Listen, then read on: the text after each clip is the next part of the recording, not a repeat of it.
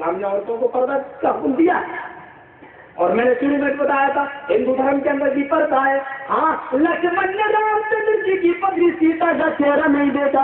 हाँ, ये सत्य है, साफ है कि मेरे ये बुंदा आज तक मैंने पहचान पाया, क्योंकि ये भाभी मेरी नाक में पहना करती थी। हाँ, मनुष्य मरती थी शिकायत की कोई सगा भाई अपनी बहन के साथ भी अकेले में न मिले।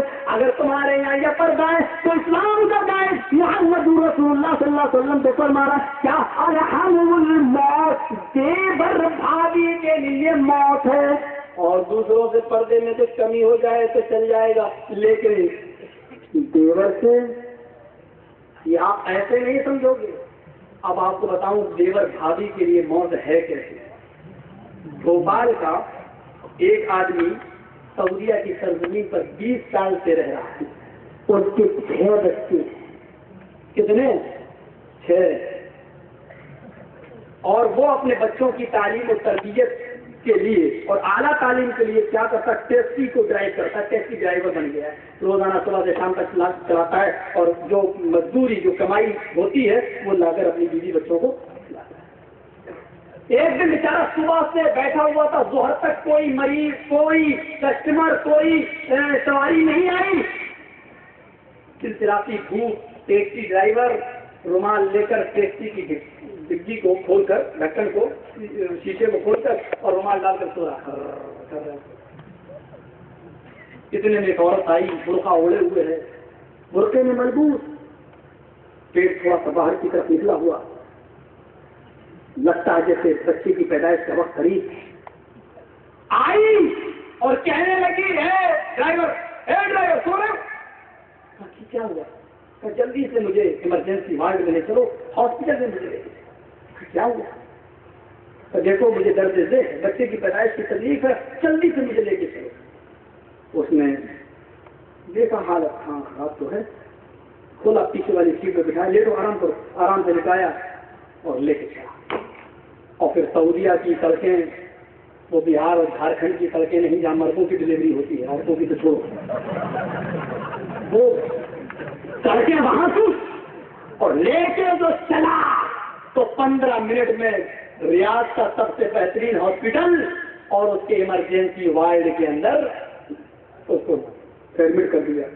और उस हॉस्पिटल का उसूल ये था कि वहां जाने से पहले दस्तखत होते, चलो पहले तुम्हारे साथ ही औरत आई, जहाँ तुम दस्तखत करो, उससे सिग्नेचर, फोन नंबर, मकान नंबर सब लिख दिया जाता। उसने भी लिख दिया, उसमें मालूम था कि औरत अकेली है, मैं क्या करूँ, उसने उठा के लिख दिया।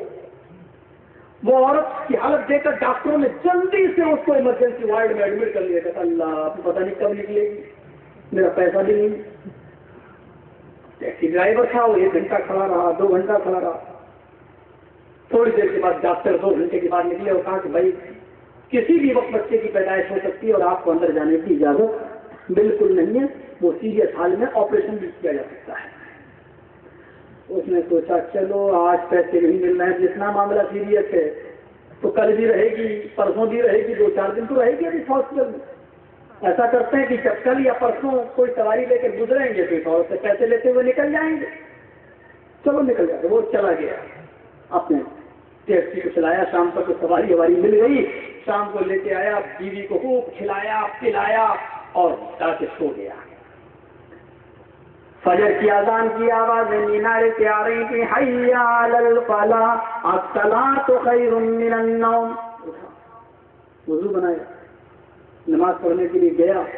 बीवी जानती थी कि नमाज के बाद मेरा शौहर फौरन टैक्सी को ड्राइव करता है, लेके जाता है, इसलिए फौरन उठी, उसने भी नमाज पढ़ी और चाय, ब्रेड आमलेट, नाश्ता वगैरह बना के तैयार किया। शौहर जैसे ही नमाज पढ़ के वापस आया, अपनी टैक्सी को कपड़े से साफ किया और साफ करने के बाद जैसे ही पहुंचा घर में, अंदर घुसा, टैक्सी को साफ करने के बाद बीवी ने चाय और ब्रेड आमलेट वगैरह सामने रख दिया। उसने एक पीस ब्रेड का और आमलेट का खाया और चाय का पहला घूंट उसने जैसे ही अपने हाथ के नीचे उतारा, टेलीफोन की घंटी बजती है। उसने समझा कि कोई कस्टमर होगा, कोई मुसाफिर होगा, उसको जाना होगा कहीं, उसी का फोन है, और समझा कि मुझे बुला रहा होगा किसी जगह। तो उसने फौरन टेलीफोन उठाया, हेलो। कहा कि भाई तुम इस हाल में कहाँ हो तुम? मैं तो अपने घर में हूँ। तो घर में क्या कर रहे हो? तुम्हारी बीवी किस पोजीशन में है और किस हाल में है? और तुम उसको छोड़ के यहाँ से वहां चले गए हो घर से। डॉक्टर साहब दिमाग तुम्हारा ठीक है? कहा बिल्कुल ठीक है, अल्लाह का शुक्र अदा करो कि अल्लाह ने तुम्हें खूबसूरत और चांद जैसा बेटा अता फरमाया। किसको? कहा कि तुम्हारा बच्चा है, वो बहुत खूबसूरत बच्चा है, आओ जल्दी और अपने बच्चे को देखो, इस हाल में अपनी बीवी को छोड़कर नहीं जाना चाहिए तुम। कहे डॉक्टर तेरा दिमाग ठीक है, वो मेरी बीवी नहीं है। आज तुम इंडिया के लोग जितने भी होते हो सब यही करते हो, पहले गलत काम कर लेते हो, बाद में कहते हो बीवी नहीं है। तो क्या मामला है? वो भी उर्दू बोल रही है, तुम भी उर्दू बोलते हो, फिर भी कह रहे हो मेरी बीवी नहीं है। तुम्हें आना पड़ेगा, डॉक्टर साहब उसको समझा लो। नहीं, वो तो आप ही को बतला रही है। सऊदिया की सरजमीन पर भी शर्म नहीं आ रही उसको, मुझे बता तुम्हें आना पड़ेगा। तो मैं नहीं आऊंगा, वो मेरी औरत नहीं, मैं क्यों आऊँ? अब तो पैसे भी नहीं लेना है मुझे, मैं नहीं आऊंगा वहां। इसने कहा डॉक्टर, मर्द कहता ये अच्छा हुआ कि मैंने टेलीफोन उठाया घर पे, कहीं मेरी बीवी उठा ली होती ना तो कयामत बर्पा हो गई होती यार। ये तुम क्या कर रहे हो? तुम्हें आना पड़ेगा हॉस्पिटल में, और नहीं है तो सऊदिया का कानून तुम जानते हो कि अभी पुलिस को भेजता हूँ। ये डर गया। अच्छा ठीक है मैं आ रहा हूँ, मैं अब लेता हूँ औरत की है। उसने जल्दी से टैक्सी को संभाला और चलाना शुरू किया और सीधे इमरजेंसी वार्ड ही में घुसा, किसी की नहीं सुनी। दरवाजा भी हाथ से नहीं पैर से मार के खोला और खोलते ही कहता सुहेल मैं ही मिला था, कोई और नहीं मिला था, शर्म आनी चाहिए तुझे, मेरा बेटा बतलाती है तुझे, किसी दूसरे का पाप अपने पेट में पाल के लाई, मेरी सारी तेरी तुझसे कब हुई थी, क्यों तू मेरे पीछे पड़ गई है? एक तो पैसे भी नहीं दिए और दूसरा क्या नहीं लड़का। कहती है मेरे शौहर तुम्हें क्या हो गया? आज तक कितने प्यार से बात करते थे और आज तुम्हें शराब तो सऊदिया में पी नहीं जाती, तुम कितना पीछे चले आए हो, क्या बात है? डॉक्टर भी देखने लगा क्या मंजर है, मेरे शौहर तुम्हें क्या हो गया? कितना ख्याल रखते थे, कितना ख्याल 9 महीने तुमने रखा मेरा, जबरदस्ती मुझे फल खिलाए, फ्रूट खिलाए, अनार का जूस और सेब का जूस, और आज तुम ऐसी बातें कर रहे हो, क्या तुम्हें हो गया? तुम जानते हो सऊदिया में अब मैं कहाँ जाऊंगी अगर तुमने मुझे छोड़ दिया? चुप है पागल कहेंगी, मेरी एक बीवी मेरे पास रह रही है, डॉक्टर साहब झूठ बोल रही है, मैं इसका शौहर और नहीं हूँ। अब वो रोने लगी। डॉक्टर साहब कहते हैं औरत रोती नहीं, फिर सऊदी अरब के अंदर अगर किसी ने ऐसा किया होता तो अभी तक तो उसको सजा हो जाती, या ये औरत इसका नाम बता सकती थी, नहीं बता रही, लेकिन तेरा ही नाम क्यों बतला रही? चुप, इसको लेके जा। डॉक्टर साहब ये मेरा बेटा नहीं, मैं कैसे लेके जाऊँ? आप मेरी पहली बीवी को भी मेरे घर से भगवाना चाहते, क्या हुआ? ये भी नहीं रहेगी, मेरी बीवी नहीं है। हाँ कि मैं कुछ नहीं जानता हूँ, तुम दोनों का झगड़ा बाहर जाओ, कोर्ट में लिख दो, जाओ यहाँ से हर पास से जाइए, वरना भी हम पुलिस को बुलाएंगे, मामला फिर एक तो गलत होगा ही तुम दोनों में से, अभी सजाए मौत हो जाएगी। और जब ये आदमी जाने लगा तो उसने पीछे से दामन पकड़ा, क्या मेरे प्यारे शौहर मुझे कैसे और अकेले छोड़ के जा रहे? छोड़ मुझे, पागल कहेगी, शौहर शौहर शौहर चिल्ला रही है। कहा डॉक्टर साहब इसको जाने मत दो। अब डॉक्टर ने भी फैसला कर दिया तुम इस औरत को लेकर जाओ, ये तुम्हारी बीवी है, उसके आंख के गिरने वाले आंसू तुम्हें बदला रहे हैं। अच्छा डॉक्टर साहब आप जब जिद कर रहे हैं और वरना पुलिस के हवाले मुझे कर रहे हैं, पुलिस भी औरतों की ज्यादा सुनेगी, एक काम करो, एक बात मेरी भी मान लो, ये हरामी बच्चा मैं रखने के लिए तैयार हूँ, ये हराम औरत भी मैं रखने के लिए तैयार हूँ, लेकिन एक बात तो सुनो। क्या? एक और जांच कर लो, आपको पता चल जाएगा ये बेटा किसका है, ये लड़का है, इस बच्चे का ब्लड ले लो और मेरा भी ब्लड ले लो और दोनों का डीएनए टेस्ट करा लो, ये इससे साफ जाहिर हो जाएगा कि ये बच्चा मेरा है या इसका या किसी और। डॉक्टर ने कहा हाँ यार ये बात तो बिल्कुल ठीक है, ये तो मेरे जहन में आई नहीं, तुम दोनों लड़ रहे हो, अभी पता चल जाता है। जैसे ही उसने लड़के के हाथ में पट्टी बांधी और उसका ब्लड निकालना चाहो उस बच्चे के, वो औरत कहती है डॉक्टर साहब मुझे मशीनों पे भरोसा नहीं है, कभी कभी रिपोर्टें गलत भी आ जाती हैं। अब ये कहता है इसका शौहर, ये शौहर तो नहीं, ये टैक्सी ड्राइवर, चुप पागल कहेंगे हर बात पे, अरे मशीनें भी कहीं गलत रिपोर्ट देती हैं, चुप। अब पोल खुलने वाली है तो कह रही मशीनें गलत रिपोर्ट देंगी। डॉक्टर ने वो खून निकाला, इसका भी ब्लड लिया, कहा 2 घंटे के बाद रिपोर्ट सामने आएगी, 2 घंटे तक तो नहीं आगे जाने की इजाजत नहीं। ठीक है, इसने भी बेचारे ने वुजू बनाया और ज़ोहर की नमाज पढ़ने के लिए उसी जगह पर मुसल्ला या जाए नमाज या कोई कपड़ा बिछा लिया है, वरना मेरा बहुत बुरा हाल होगा। अल्लाह देख आज तू कोई करिश्मा दिखा दे, हकीकत को जाहिर कर दे, तू अच्छी तरीके से जानता है कि ये बच्चा मेरा नहीं है। अल्लाह कहीं उस औरत की बात सही ना हो, मशीन कहीं गलत रिपोर्ट देती है, कभी कभी कहीं गलत ही रिपोर्ट ना दे दे, कहीं ये मेरे ही खिलाफ ना पड़ जाए कि ये तेरा ही बच्चा है। दुआ कर रहा है। 2 घंटे के बाद जाकर ने बुलाया और उस औरत के सामने इस आदमी को बिठाया और कहा, अरे औरत, मैंने इसके खून को और इसके खून को, बच्चे के खून को जब डीएनए टेस्ट किया इसका, तो मैं इस नतीजे पर पहुंचा हूं कि ये आदमी बिल्कुल सच्चा, कुछ झूठी है। लिहाजा इसके डीएनए टेस्ट से ये साबित हो चुका है कि ये बच्चा इसका नहीं है, बल्कि किसी और का बच्चा है। अब तुम सही सही बतलाओ कि ये बच्चा किसका, ताकि उसको कानूनी कार्रवाई उसके साथ की जाए, उसको सजा दी जाए। कहने लगी, डॉक्टर साहब मैंने तो पहले ही कहा था कि मशीनें कभी गलत रिपोर्ट दे देती है। बिल्कुल झूठ है, मैं नहीं मानती ये बच्चा इसी का है। वो आदमी कहता, चुप, रिपोर्ट बिल्कुल सही है डॉक्टर साहब, मशीन ने बिल्कुल सही बताया, बच्चा मेरा नहीं है, जबरदस्ती मेरे दामन में डाल रही है। और कहता, डॉक्टर साहब क्या मैं जा सकता हूँ? डॉक्टर साहब ने कहा, हाँ तुम जा सकते हो। जैसे ये आगे बढ़ा, उसने फिर पीछे से दामन पकड़ के खींचा। आए मेरे प्यारे शोहर, देखो तुम अच्छी तरह जानते हो कि ये बच्चा तुम्हारा है। अल्लाह की कसम डॉक्टर साहब ये झूठ बोल रहा है, ये बच्चा इसी का है। मैं अल्लाह की कसम खा के कहती हूँ कि ये झूठ बोल रहा है, ये बच्चा इसी का है और आज ये जाने न पाए। डॉक्टर साहब कहते, भाई डीएनए टेस्ट से तो ये बच्चा इसका नहीं है, तू क्यों जिद कर रही है? मैं अल्लाह की कसम खा के कहती हूँ इसी का बच्चा। वो कहता है, डॉक्टर साहब इसकी झूठी कसमों में मत आओ, मैं भी अल्लाह की कसम खा के कहता हूँ ये इसका बच्चा किसी और का मेरा नहीं है, ये झूठ बोल रही है। अब वो जिद करने लगी कि नहीं नहीं डॉक्टर साहब ये बच्चा इसी का है। तब डॉक्टर ने कहा, आए और जिद मत कर, इसके डीएनए टेस्ट में साबित हो चुका है कि ये इसका बच्चा नहीं है। वो कहती नहीं ये इसी का बच्चा है। डॉक्टर ने कहा इसके डीएनए टेस्ट से तो साबित हो चुका है कि ये तो बाप बनने के लायक ही नहीं है, और तू कह रही है इसका बच्चा, ये तो बाप ही नहीं बन सकता है, तू कह रही इसका बच्चा, मैं कैसे मानूं इसका बच्चा?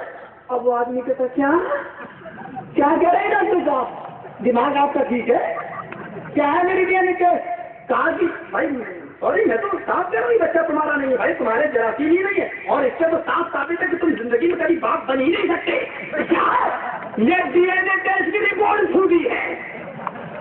डॉक्टर कहता मेरी समझ में नहीं आता, कभी औरत कह रही है कि मशीन गलत हो सकती है, कभी तू कहता मशीन गलत हो सकती है, मामला क्या है? ये मामला क्या है? औरत कहती देखो मैंने कहा था ना ये रिपोर्ट गलत, मैं मानती हूँ गलत है। वो कहता है चुप, ये बच्चा मेरा नहीं, ये तो रिपोर्ट सही है, लेकिन मैं बाप नहीं बन सकता, ये रिपोर्ट बिल्कुल गलत है। डॉक्टर साहब कहते हैं मैं नहीं मानता हूँ, वो ये तुम बिल्कुल सही, तुम्हारे ये बच्चा तुम्हारा नहीं है, ठीक है। कहा कि भाई आप कह रहे हैं कि बाप नहीं, भाई मैं क्या जानूँ, डीएनए टेस्ट के साथ हो चुका है कि तुम बाप नहीं बन सकते हो। उसने कहा अच्छा दोबारा टेस्ट लो मेरे को। दोबारा टेस्ट लिया, कहा भाई सॉरी माफ करो मुझे, फिर वही टेस्ट आया कि तुम बाप नहीं बन सकते, और दूसरे हॉस्पिटलों में टेस्ट कराओ, रियाज, तमाम, जद्दा, मक्का, मदीना, हर हॉस्पिटल से टेस्ट हो कराया, सब में यही आया कि ये बाप नहीं बन सकता। डॉक्टर साहब लेकिन मैं तो 6 बच्चों का बाप हूँ और आप कह रहे बाप नहीं बन सकता, मैं कैसे मानूं? डॉक्टर साहब ने कहा भैया मैं नहीं जानता हूँ, तू बाप नहीं बन सकता, ये रिपोर्ट सही है। उसने फाइल उठाई, रिपोर्ट की फाइल, और लेके ड्राइवर की सीट पर बैठा और गाड़ी चलाया। मशीनें भी गलत गलत रिपोर्टें देने लगी हैं आजकल, चलो उस औरत से तो पाला छूटा। अगर ये रिपोर्ट सही हुई तो रिपोर्ट, सब मशीनें तो गलत नहीं हो सकती हैं, मैं बाप नहीं बन सकता, लेकिन मेरे तो 6 बच्चे हैं, सोचता जा रहा चलाता जा रहा, लेकिन मैं तो बाप नहीं बन सकता हूँ, तो ये 6 बच्चे, जब मैं बाप नहीं बन सकता तो फिर ये मेरे घर में डाका डाला किसने? ये चोर और डाकू है कौन? मेरी बीवी की जिंदगी से खेलने वाला फिर है कौन? उसने कहा अच्छा लातों के भूत बातों से नहीं भागते, सीधे ड्राइव करते हुए घर से ले गया। बीवी ने कहा बड़ी जल्दी आ गए, उतारा विलायती जूता,